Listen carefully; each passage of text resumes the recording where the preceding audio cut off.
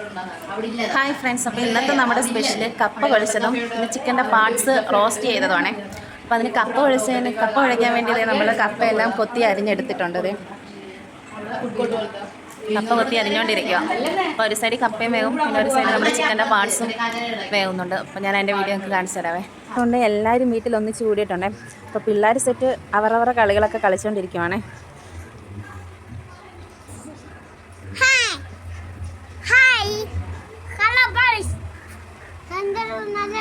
അപ്പോൾ നമ്മുടെ കസിൻസ് എല്ലാവരും കൂടെ ഉള്ളി അരിയുന്നുണ്ട് ചിക്കൻ്റെ കരൾ റോസ്റ്റ് ചെയ്യാൻ വേണ്ടിയിട്ട്. അപ്പോൾ ഞാനത് നിങ്ങൾക്ക് കാണിച്ചു തരാവേ. ഇത്ര ആയോളൂ ഉള്ളി?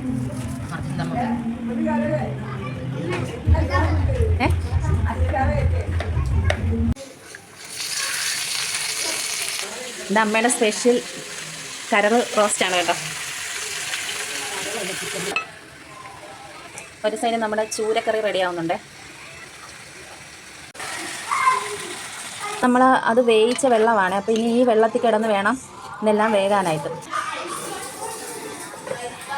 നേരത്തെ എന്ന് പറയുമ്പോഴത്തേക്കും അങ്ങനെ കരൾ റോസ്റ്റൊന്നും കഴിക്കാറില്ല.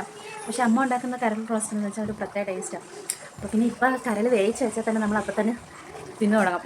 അപ്പോൾ അതായത് വേവിച്ച് വെച്ചിട്ടില്ല ഒന്നിനെ ഇനി പിറകെ കഴിക്കാൻ തുടങ്ങും. മിക്കവാറും റോസ്റ്റ് ചെയ്യാൻ കിട്ടത്തില്ലായിരിക്കും ചിലപ്പോൾ കേട്ടോ. കുരുമുളക് പൊടിയോ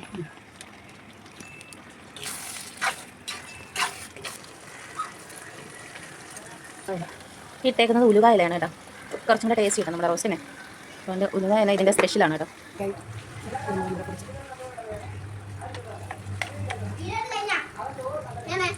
ഇത് ഏലക്കായും പെരിഞ്ചീരവും പിന്നെ കുറച്ച് കുരുമുളകും കൂടി പൊടിച്ചതാണ്. നമ്മുടെ റോസ്റ്റ് ഫിനിഷ് ആയിട്ടുണ്ടേ.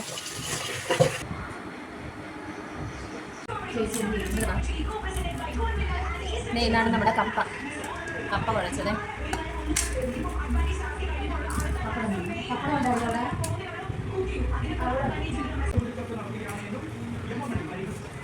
ഇതാണ് റോസ്റ്റ് ചിക്കൻ്റെ പാർട്സ് റോസ്റ്റ് ചെയ്തത്. ചൂരക്കറി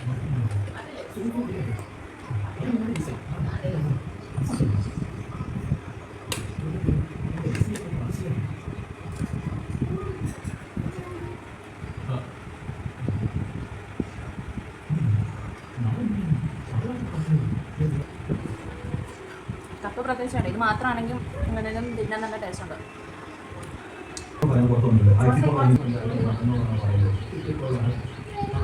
സാധനം ബൈ ടാറ്റാ.